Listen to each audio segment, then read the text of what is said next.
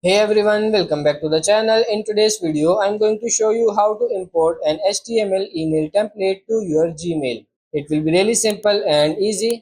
So first of all, you need to compose your HTML code and save it as an HTML file. So remember this, save it as an HTML file, and after composing your HTML code, saving it, you can right click onto the file and open it in a new browser.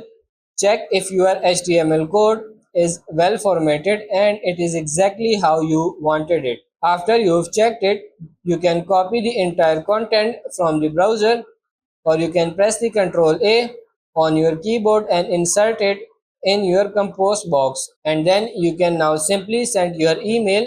So the pro tip is just test before sending your HTML email, so you can send your first email to someone from your team to make sure it is perfect. So that's pretty much it for this video. That's how to import an HTML email template on your Gmail. I hope this video was helpful. If it is, like it and subscribe to the channel. Thank you.